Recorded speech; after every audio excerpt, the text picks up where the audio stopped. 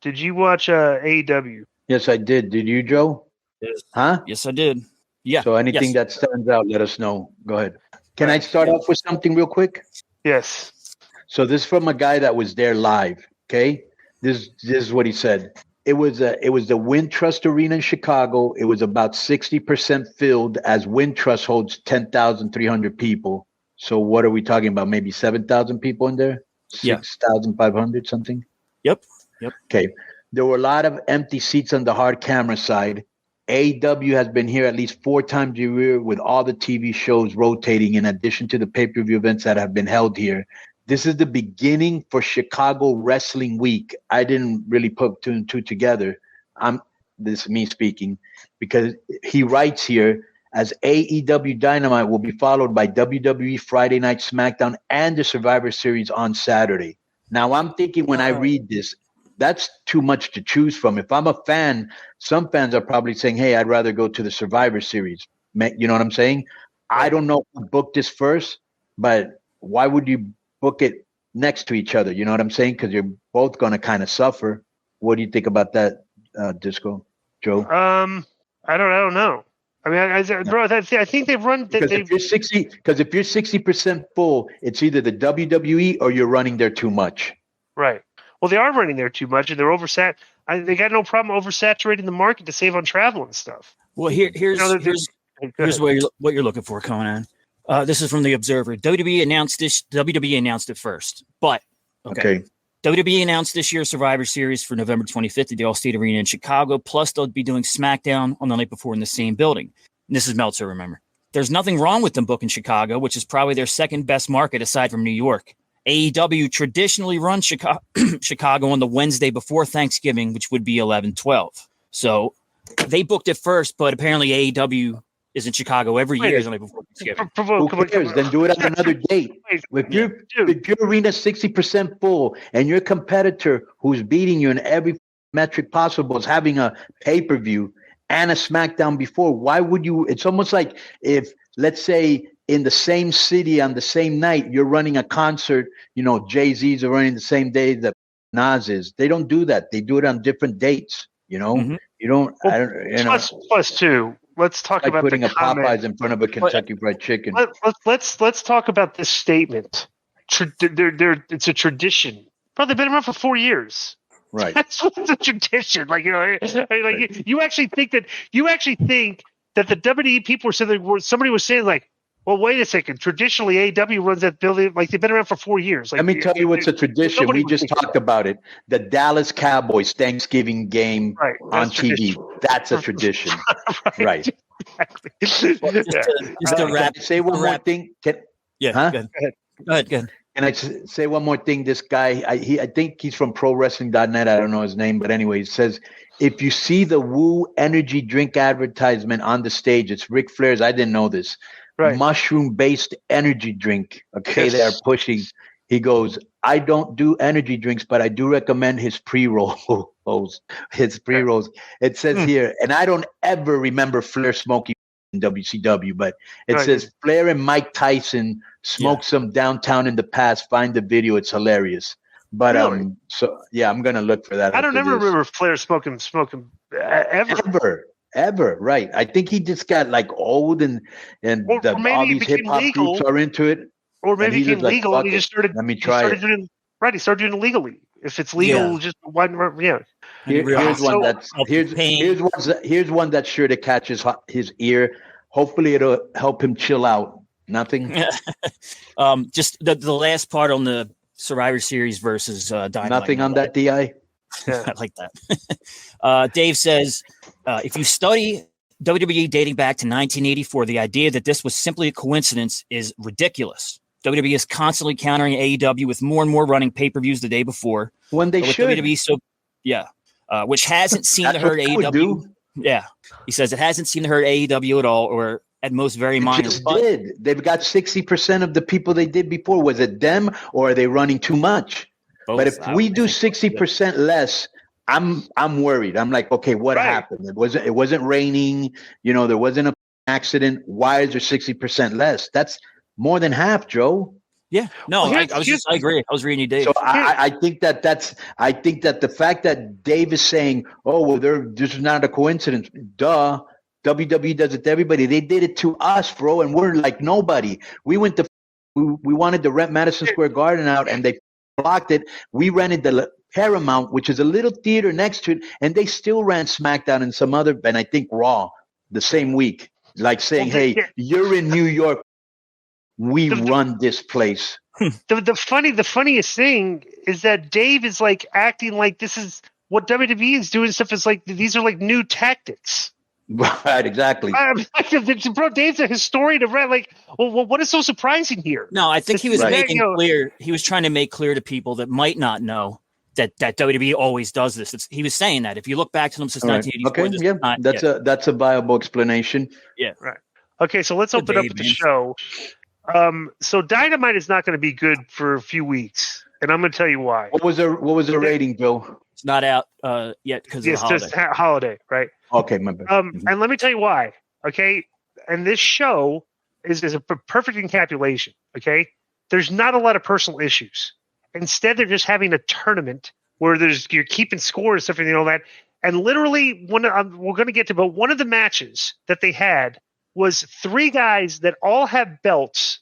None of them are in an angle with anybody for the belt, and they all just wrestled with each other in a 6-man tag match where they're wrestling for nothing or no stakes or anything. So I think what's happening here is, okay, and I'll say this, and I don't think anybody else is bringing it up. We're in the heart of the NFL season. We're in the heart of the English Premier League season, okay? And these shows that, like, if you look at the booking of the show, which is just a bunch of tournament matches, bro, these shows look like they could have been written in 10 minutes.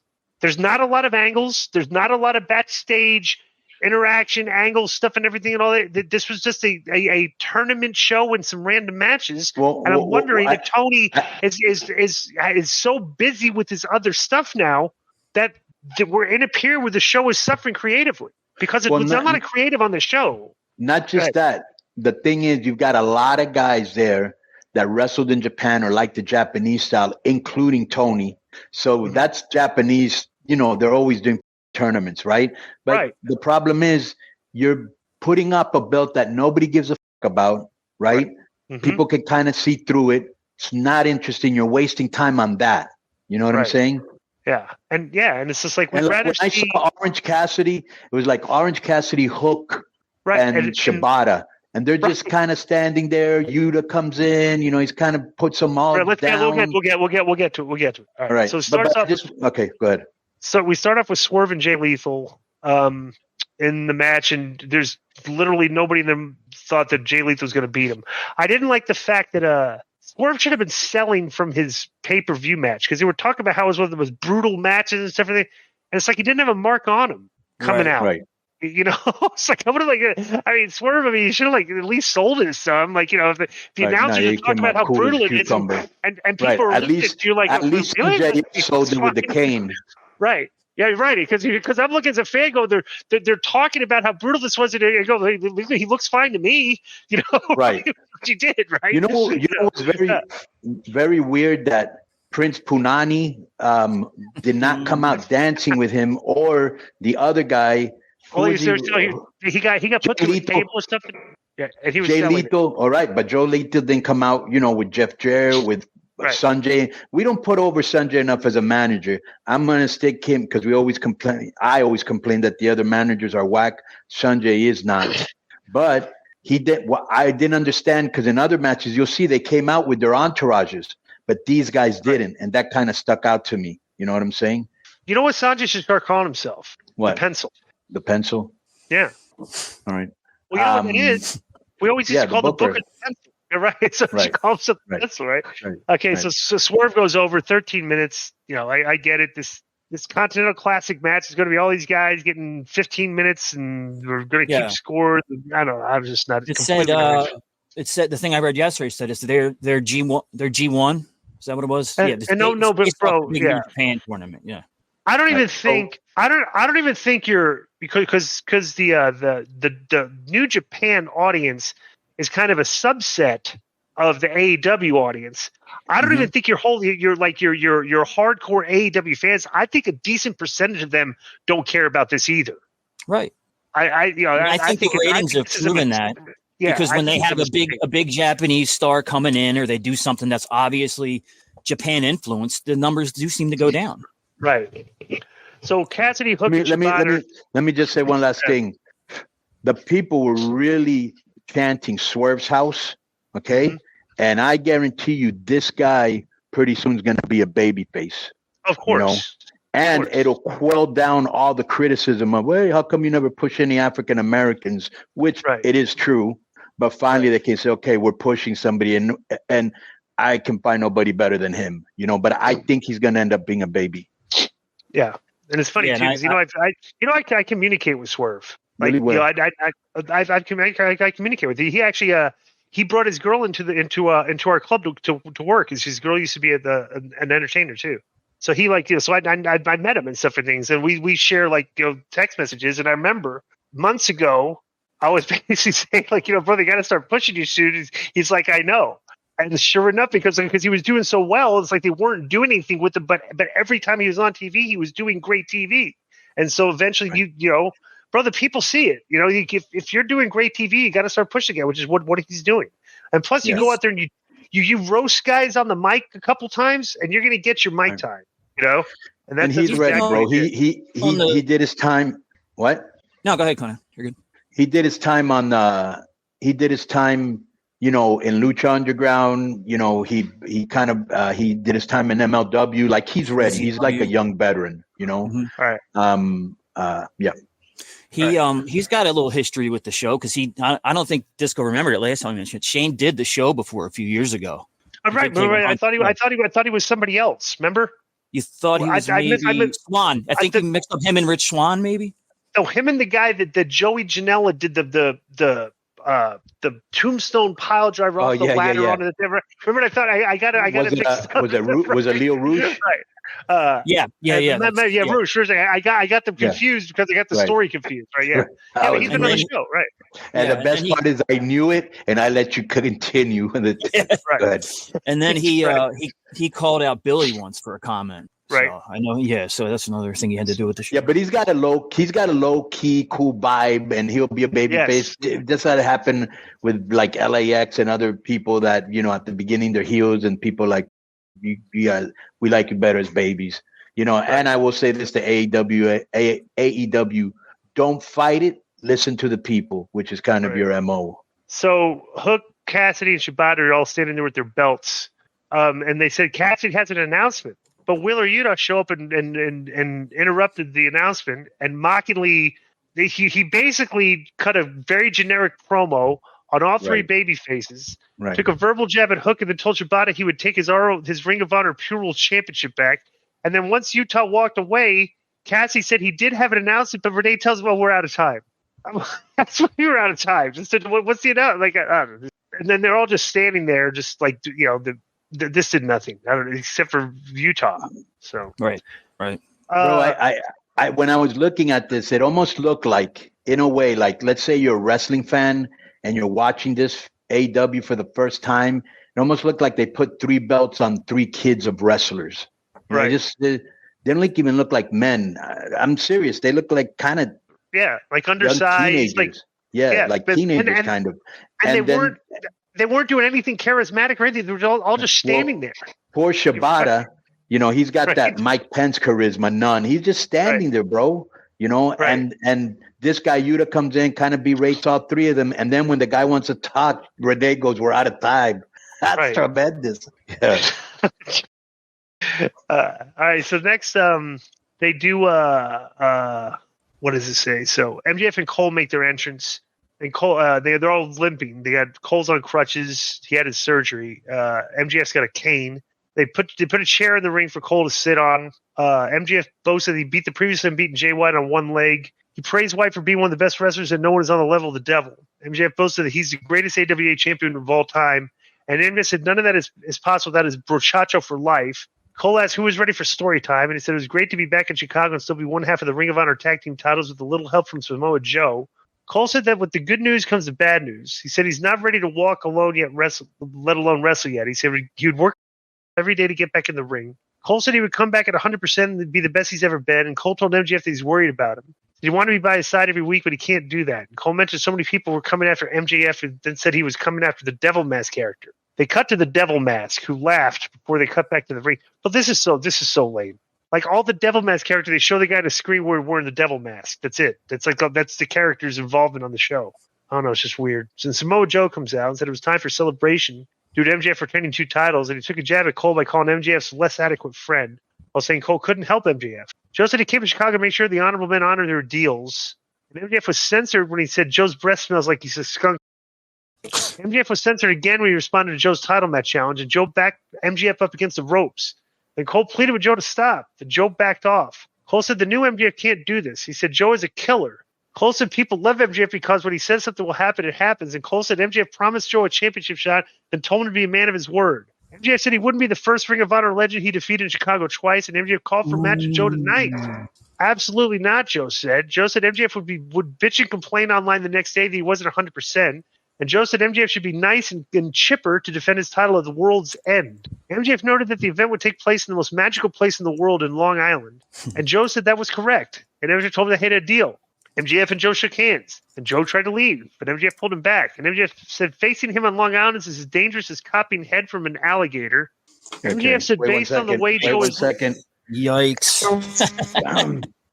Then MJF said facing him on Long Island is a dangerous copying head from an alligator. MJF said based on the way Joe is looking these days, he probably doesn't have many options. Joe said all the worrying that MJF is doing about the Devil Mask character goes away today. And Joe said MJF is now his property, and nobody touches his property without his say-so. And then Joe said he would be a few steps behind MJF, even if he didn't know he was there.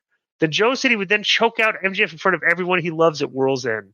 What do you think of this segment? Okay, let me just preface this by saying I'm a huge MJF fan since the MLW days, still am. But I thought this, like most of his promos, went way too long. Bro, right. Just because you got the clout doesn't mean it's necessary. More is not necessarily better. You want to let them see you. You don't want to saturate and you will overexpose yourself. You know what I'm saying? And once you overexpose yourself, bro, there's no turning back. They still love the guy, but there are other examples where guys that were loved, either because of overexposure or bad creative, they were done. Would you agree with any of that, or do you have a counterpoint to that? I agree.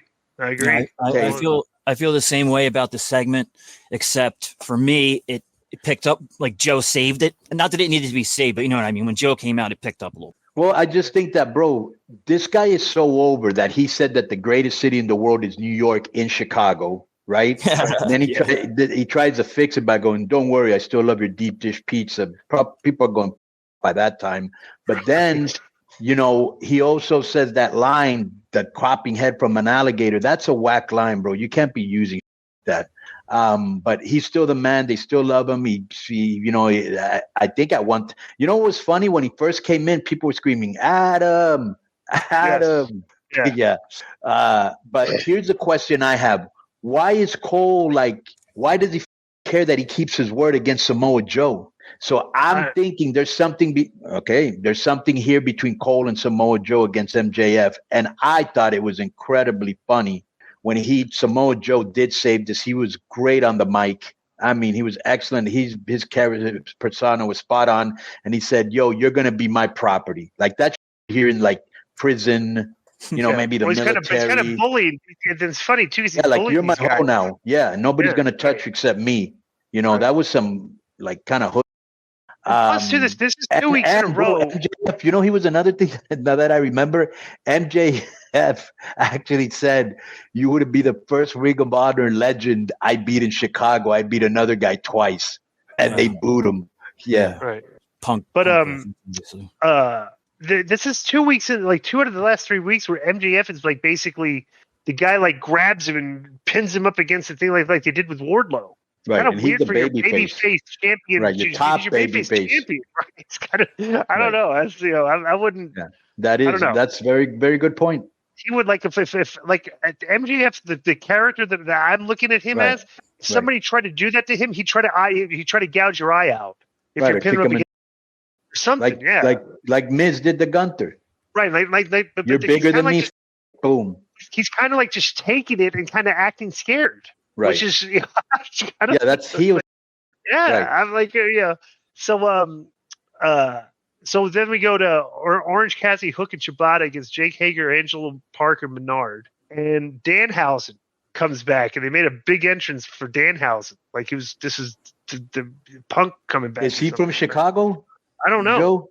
Who's this? Danhausen. You're not listening? Danhausen. Yeah. Danhausen. So they do this. So they do the thing at the end where Danhausen pulls out. He's got Jake Hager's hat.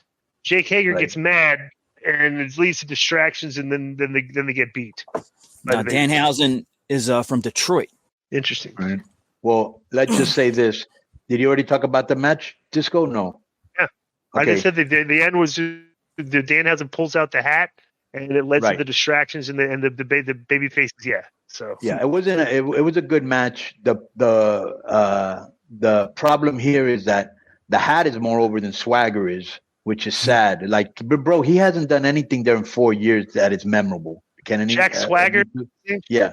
I thought his name was Jake. I thought he was Jake Hager. Jake Hager. Yeah. Wait a minute. Wasn't Swagger his name in WWE? Isn't there a movie? Wait, but isn't there a movie character called Jack Swagger? I don't think so. Look it up, Joe. Yeah. Movie character Jack Swagger, or was that his character in WWE? That was his character in WWE. He was Jack Swagger. Okay, cool. Yeah. So I'm just getting mixed up the names. Yeah. All right. So, but this guy Danhausen, super over with the fans, and it's good to have him as a manager because wrestling he's not that good, but he's. I think he's very funny as a character. And I think, Joe, tell me if I'm wrong, or maybe you're not sure either, but it says, I think supposed to be this evil character, but with that voice and gimmick, he's kind of a cool nerd. Is that kind of what's going on here? Basically, yeah. But he can curse people, so he's got some powers, right? Yeah, and bro, it gets over with that fan base because they're mostly nerds. Yeah. So backstage, Paquette interviewed Adam Cole. Roderick Strong comes. Bro, they do the exact same gimmick every week with these guys now. He comes in yelling at him. The Roderick Strong. He's yelling at him. You got Matt Taven and Mike with him. Strong asked Cole where he was on Friday when actually Andretti dropped him on his head, and Cole told him to shut up and figure out that he's not his best friend anymore. And Cole told Strong to leave him alone and then left the area. Okay, so why is all of a sudden Cole turning in with Adam, right? Bro, this whole thing is they're not acting like adults. They're all acting like children. Like, this is so silly. I'm not a fan of the thing. That is true. All right. So the next segment was kind of weird, the way the path it took to get to where they got. So Christian comes out with Luchasaurus and Nick Wayne. And he said he could say with his hand in his heart that he did not lose a 6-man match. He said Wayne did not lose the 6-man match. He looked at Luchasaurus and Luchasaurus lost the match. Cage said that was unacceptable to him, and he said he went home and thought about how to get rid of the stench of losing. Cage said it hit him like a ton of bricks. Said that since Wayne and Luchasaurus are his children, it was time to recreate them in his image. Cage told Luchasaurus to take a knee, and Luchasaurus stayed on his feet and wouldn't do it, but he told him again, and finally he called him a moron and ordered him to take a knee, which Luchasaurus then did. Cage said the name Luchasaurus will never ever be associated with being a loser, and he said Luchasaurus is his finisher and will be forever known from here on out as Killswitch. The newly named Killswitch looked upset, even though Killswitch is a far better name than Luchasaurus. I don't know why. The Killswitch. What do you think is a better name for a character that looks like that? Killswitch or Luchasaurus? Yeah. Now the Killswitch. Let me just say this: that was Swerve's name in Lucha Underground or AR Fox. So that's what I always remember about. And I was thinking originally, just get rid of the Luchasaurus name because when he first came in, he was doing all those Lucha moves. Remember? Now he isn't. Right. Just Saurus, but Killswitch is better too. Right. Yeah, it was the I don't know if he still does, but Christian's finishers was called that in WWE. I don't know if he still uses it, but yeah. There's a connection. So Cage had Wayne's name, causing Wayne to immediately drop to one knee, and Cage told Wayne to get on his feet. Cage told Wayne to never get on his knees for another person, said he's special. Cage said Wayne is the son he always wanted, he's his golden boy, and Cage told Wayne he loves him. Cage said Wayne will forever be known as the Prodigy Nick Wayne. And Cage and Wayne hugged. Then Nick Wayne's mom came to the ring. Cage asked what she was doing there, and Cage told her that she's a terrible mother, and she makes $40,000 a year being a waitress who can't provide for her son. Cage said it's a good thing that her husband is dead already because Nick would have disavowed him anyway because he would have realized that his father was never as good of a wrestler as he is. Cage said things could have been different had Nick's mom played her cards right, and Cage told her to leave the ring and punch her card because her shift was about to start at Denny's. They were face to face, so then Killswitch moved in between Cage and Nick's mom. Cage told Killswitch to get on his knees, and Killswitch didn't budge, and Cage told him twice to get on his knees, but he stayed standing. Then Cage slapped him. He started to get upset. Then Cage told him to get on his knees or he'd make him show the world why he wears a mask. Then Cage shoved Killswitch, who ran into Nick Wayne's mom, and she fell to the ground and stayed there, like she was knocked out, even though the bump was definitely not. Right. Okay. She actually hit the rope. Wait, she actually hit the ropes. Okay, right. That knocked her out. Yeah. Right. Yeah, Nick went to ringside and grabbed 2 chairs from under the ring, and Cage placed Shayna's head on one chair and then raised the other while Nick watched. Cage stopped and then handed one of the chairs to Killswitch and ordered him to do it. They're going to give the concerto to Nick's mom. Yeah. Then Killswitch went up to give Shayna a concerto, but then Adam Copeland's music. Bro, this is so ridiculous that it took Adam Copeland this long to come out for this. He ran to the ring while Cage scurried to ringside, and Copeland speared Wayne and then booted Killswitch, and Cage returned with the TNT title belt, but Copeland saw him coming. Then Killswitch reached inside the ring and pulled Cage to safety. Then Copeland waited for Wayne to stand up and speared him, and Cage watched the ramp and said no, while Copeland put Wayne down with the DDT, and then he set him up for a concerto. Then Nick Wayne's mom, who's not unconscious anymore, sat in the corner and indicated she didn't want Copeland to do it. Then Copeland hit Wayne with the concerto in front of his mom. And then Shayna checked on Wayne while Copeland stood in the ring and glared at Cage, who was still on the stage with Killswitch. What did you think of this segment? Okay. I thought it was pretty long, a little bit too long, but Christian made it very entertaining. Okay. He did the same thing we've seen so many times, and it works if done right. Like Virgil and Ted DiBiase, you remember when he turned on him? Same thing. Right. Finally, the mom has a name. It's Shayna or something like that? Shayna, I think. Yes, Shayna. Okay. Bro, I can't believe that the mom is seeing that Christian is manipulating her son, and she would let Edge, who she doesn't even know who the is, concerto her son in front of her. Right. You know? And I can't believe that in 2023, with the Me Too and the women's movement and all the beta males, that they actually thought that we were going to hit a woman with a chair over the head like that. You know what I'm saying? Right. Everybody knew somebody was coming out, you know. So like those are the little things. Yeah. This segment had a good premise, and it went in 9 different directions to get there, especially with the Luchasaurus character who was literally dropping to a knee, act like standing up for himself, then in the end being bro, they did like 3 weeks worth of TV for the Luchasaurus character. Right. And not only that, bro, finally they're doing something with them, because if you think about it, the whole run has been Christian holding the belt. When Luchasaurus won it, Lucha never talks. Okay, obviously Christian's a better talker. It's finally they're doing something with him. But yeah, you could have a lot wrapped into this thing. I don't see Nick Wayne as a star. I could be wrong. He reminds me of Daniel Garcia and Yuta and all these guys, Action Andretti to a lesser extent, all these guys that they overpush too quick, you know? Right.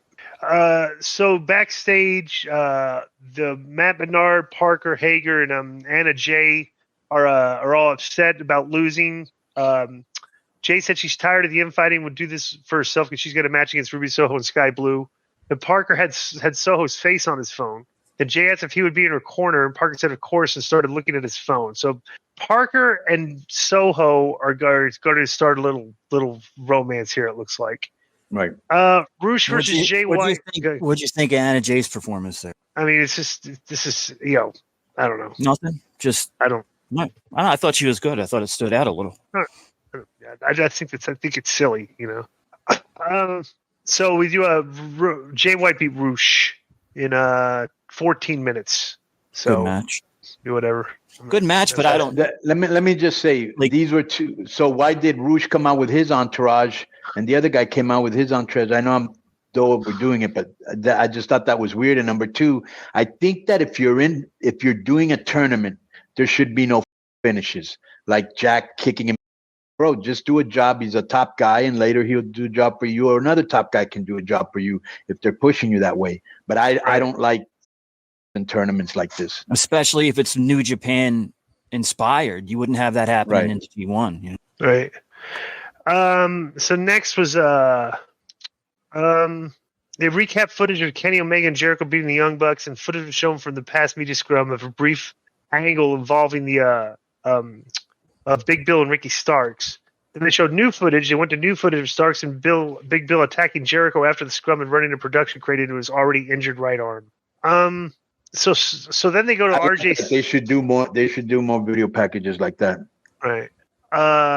So next they did RJ City and Renee Paquette walked onto the stage where microphone stand was set up, and said they were there to present their AEW Women's Championship. And City pulled out an envelope out of his pocket, did an award show by announcing, saying the AEW Women's Championship goes to Toni Storm. She got out. Then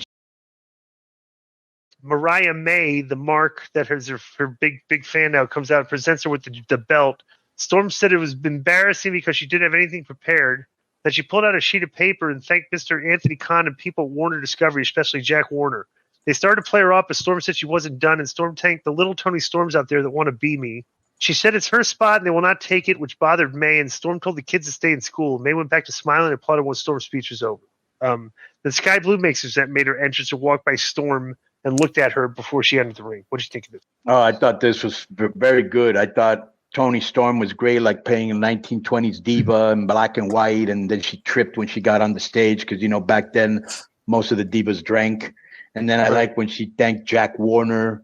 Like, that guy's dead, bro. That's one of the founders of Warner Brothers. That's okay? great. So that's a great line because it was like him and three brothers started Warner Brothers like in the 20s.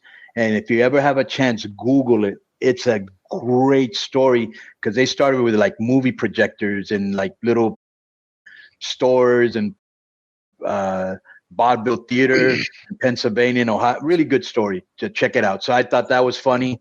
The applause sign on the top was funny. I thought, bro, she's a great, and bro, we were saying this in WWE, me and Joe, she's a star. They had her doing this rock star that didn't fit her. And then when she first came to AEW, they weren't using her right. But like I've always said, you're one good feud, one good storyline, or one good gimmick change from being somebody. And here's proof. She's killing it. Right. What do you think? I'm not, I don't know. You don't like it? I mean, here's my problem with the show. It's like, no, that character. Her character is problematic of the show in general. Okay. Right. The thing is, like, she's doing an over the top character that's produced well. Right.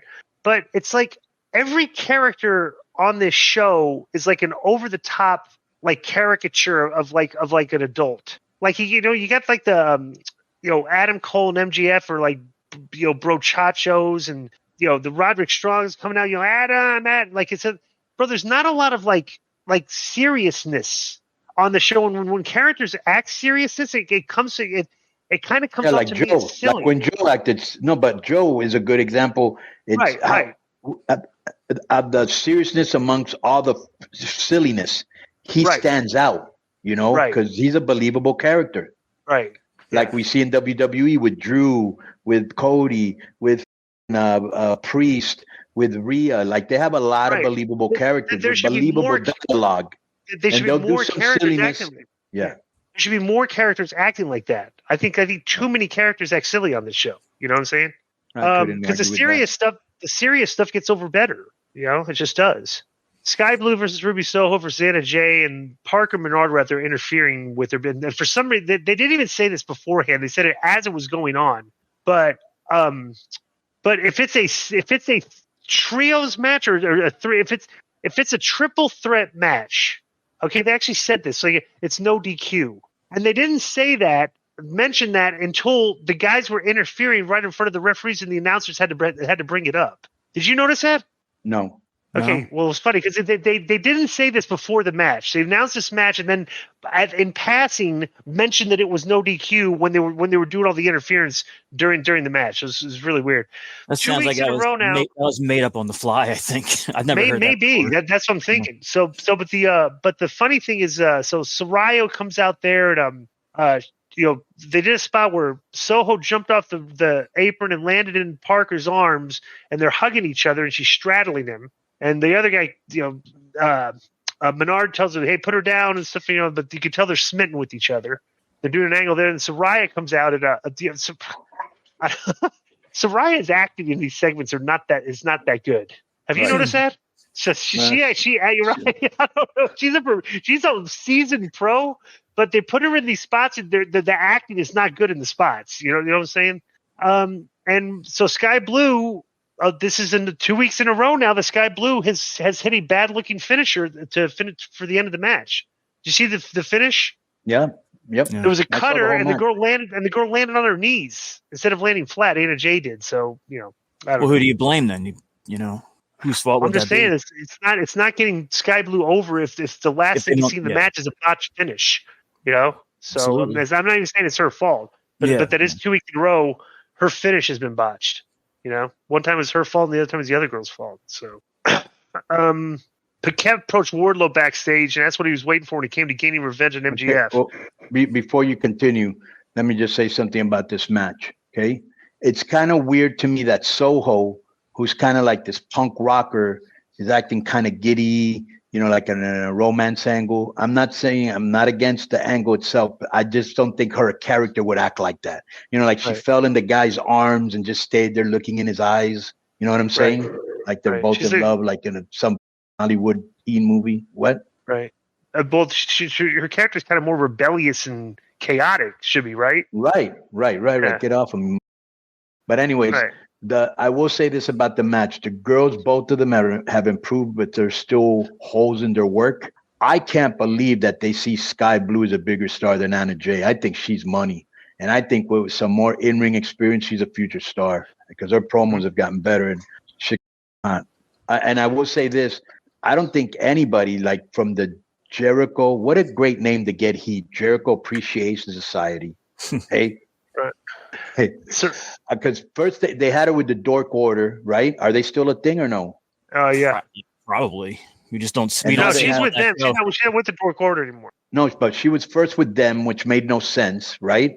And then now she's kind of like with the ex Jericho Appreciation Society guys, which again doesn't make sense to me. But anyways, I don't think she should be by herself, or she should be with Jack Perry.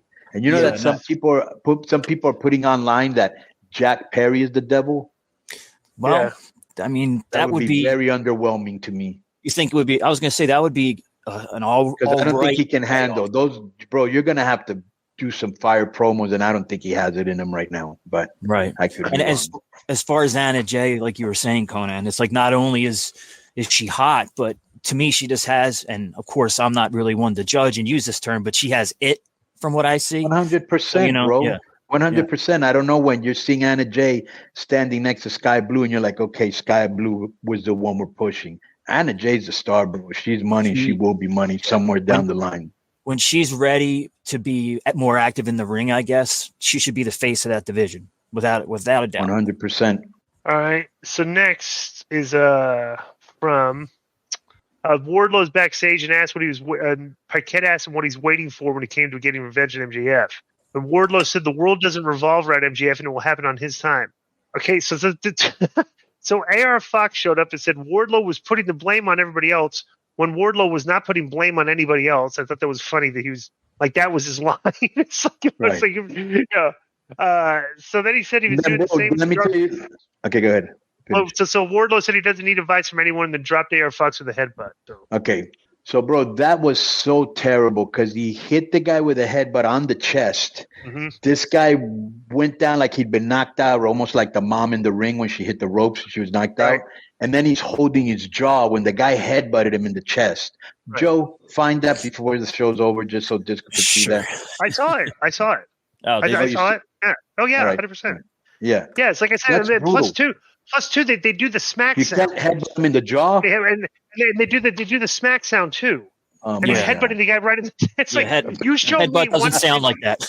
Not if you're headbutting somebody in the chest at any moment. And if you're headbutting him in the jaw, you make the smack sound. Everything in wrestling sounds like somebody smacking their leg or their pants, right?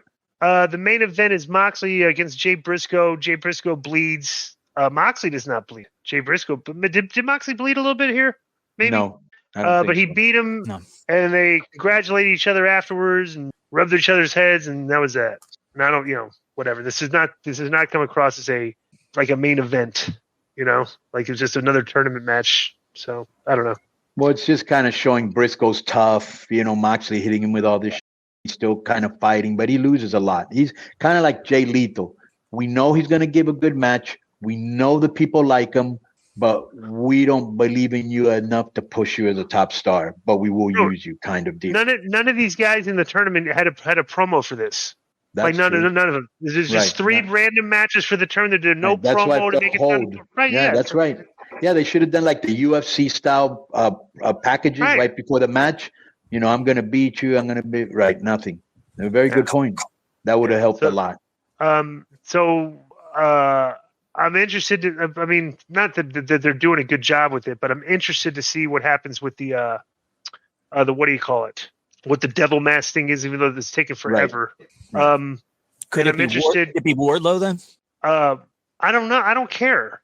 I'm not saying they're not doing a good job of like telling the story, because all they do is they just show the guy on the screen with the mask on for like a few seconds, and that's it. And they go, "Oh my God, it's the devil!" It's like, really, it's just some guy was standing there. Just some guy with a mask.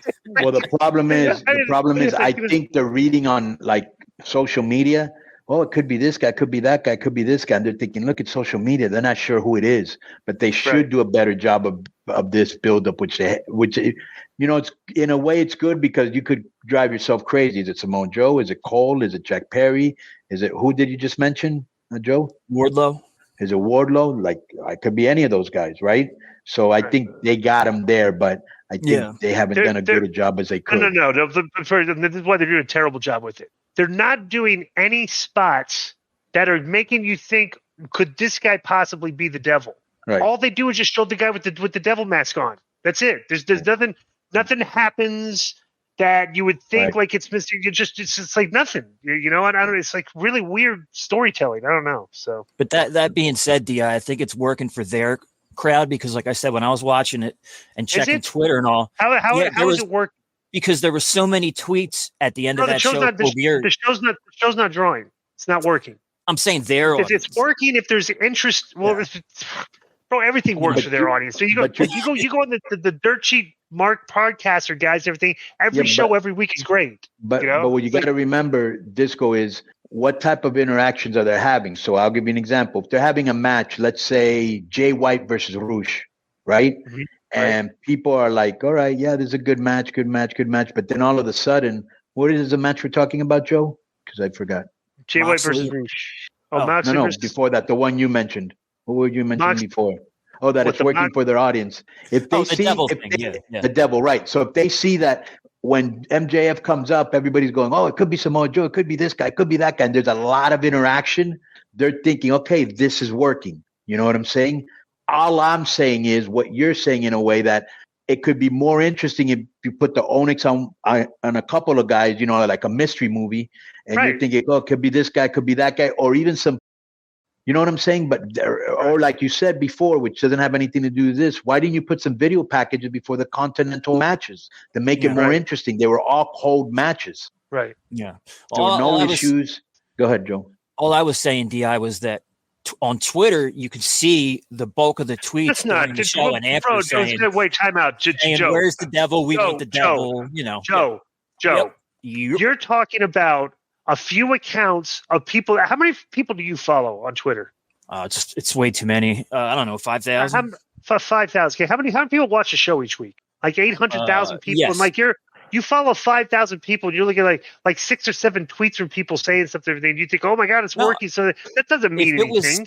If it was 6 or 7, I wouldn't have mentioned it. I'm telling you, it was a lot, and it wasn't people I followed.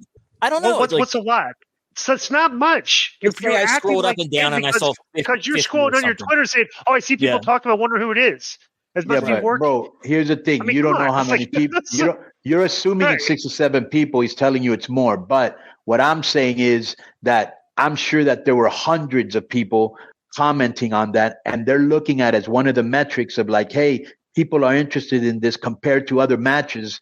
You know, maybe they're into it. All I'm saying is, okay, people are interested. I'm just saying you could do a better job of building this up and putting the Onyx on various guys where you're almost thinking, could be this guy, you know, like in the Scream movies, or you're like, okay, it could be this guy. This guy fought with him a month ago. Could be this guy because he borrowed his car and gave it back to him with no gas or whatever the thing is. They all have an issue. I'm going to make a point. Okay, Yeah. and Joe is a perfect encapsulation of the problem that AEW has with improvement. Okay, Right. I'm sitting here saying, okay, that the way they're telling the story is very underwhelming. There's not like I a would lot agree. of people. Yeah, but Joe I agree with let me that. finish. Let me finish. Yep. You're sitting here saying, well, if you look at social media and everything, it must be working. Okay. So that's exactly how all their fans view this product. Oh, hey, so if some people are saying something's good, they're fans, then they think it must be working, which is why every week this show continues to underwhelm, because I'm telling you, I don't think it's working because they're telling the story very poorly and it's not very interesting, but you're saying it is because you see it on social media, people tweeting about it. Right. And a lot of people That's that correct. watch their What you product, just said is correct. right? And a lot of people watch the show that way, right? Right. Oh, please. Yeah. Another touch. This is unbelievable. The Cowboys just intercepted another touchdown. They've like 10 touchdowns this year. Bro, but look at who they're playing. The guy just had his fifth. The guy that picked it off last week for the fourth in 1 year just picked off another one. He's got five. I'm not. Five Bro, interception return for their D is for real. Their D is for real. But who are they playing, Disco? Washington, terrible. Yeah. Okay, thank you. Yeah. Wow. So. Yeah, I believe with everything. I believe with everything that you just said, Di. But to them, social media is a big metric for how they do things. And bro, I see Tony on the social media all day when I've gone to AEW. He grew up in that generation. You know what I'm saying? Any kid is constantly on social media for everything. That's a big metric for them. So yeah, they do believe in what the fans are saying on social media. That is a big deal. Yeah. And like my personal viewpoint on it, even though, like I said, I saw a lot of positive tweets, is I kind of wanted them to do it and have the devil come out and be revealed, because I wanted it to end. It's like, all right, this has been enough. That's how I was looking at it. Yeah. Because they haven't, like Disco said, they should be putting like a mystery movie, right? Could be this guy. And you're thinking when you're sitting in the seat, like, what was that movie that you told me about, Joe? Reptile? Yeah. Mm-hmm. Hey, in Reptile, you're thinking it could be this guy. No, it's got to be this guy. For sure, it's this. It was somebody else. That's what they should be doing. Yeah. So that's been our AEW review. Boom.